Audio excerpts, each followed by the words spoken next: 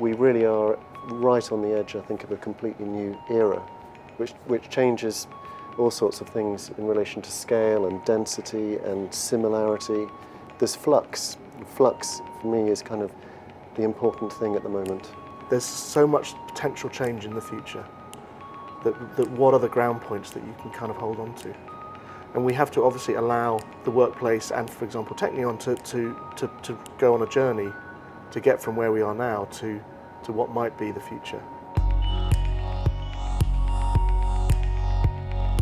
It is emotional. People fall in love with furniture. And I think it's been underrated for maybe the past 40 or 50 years in terms of office landscape design. It's sort of been forgotten. You might actually need to enjoy the place you're in. The things that you touch will have an effect on you. Literally, the touch points within the collection are meant to make you feel comfortable. They're designed to be familiar. I think the core of the sort of DNA of the product is a sort of mix between a very welcoming set of spaces, but allows a very dynamic kind of work experience. So we've layered a kind of critical understanding of work style with a kind of craft expression that's practical but warm. So for example, the use of timber is very important in that because there's a softness, there's a texture, and there's a character in timber that you can't get in painted surfaces. And then you mix that with textile, and you really have a richness in the provision of the settings, which is very interesting.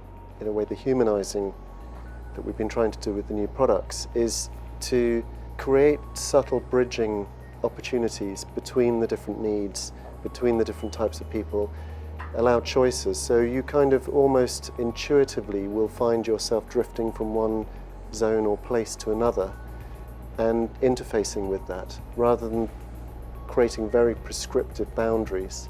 So in the collection we have a series of chairs, we have a series of tables, and we've also have a series of enclosures to deliver sort of elements of privacy. We're trying to produce a very fluid platform where we can literally just pick up and move these items, in some cases, to augment or tune the environment. And for us, this is a very natural way of using furniture. This has a sort of a relaxed logic in terms of the footprint and the layout that you might achieve architecturally with the other products, but this is very much intentional. It's intentional because we want it to be loose fit. We don't want these things to be butted up hard against everything.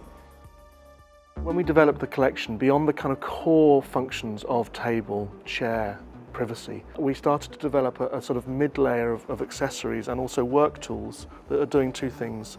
One is they're kind of elevating function, for example, a whiteboard, into something that is something of beauty, but at the same time they're sort of celebrating some of the features that's come out of the Ethonomics narrative around sharing, around water, around a fruit bowl. So we're trying to get a kind of a human layer sitting across the system, which really enriches the system and the applications in a very natural way. I think in some ways you could almost describe it as a collage, where you have a sort of base structure, a framework, and then you're adding other elements which slowly build up a picture, and you can tune that. So it doesn't have any rigid form, and you can either do it by layering the density, or you can do it by proximity. And I think this is really the beauty of the collection. I think the future of the workplace, for me, if I had hope, it would be about flexibility, opportunity and happiness. So I think we have to kind of create a different work model where people can feel really happy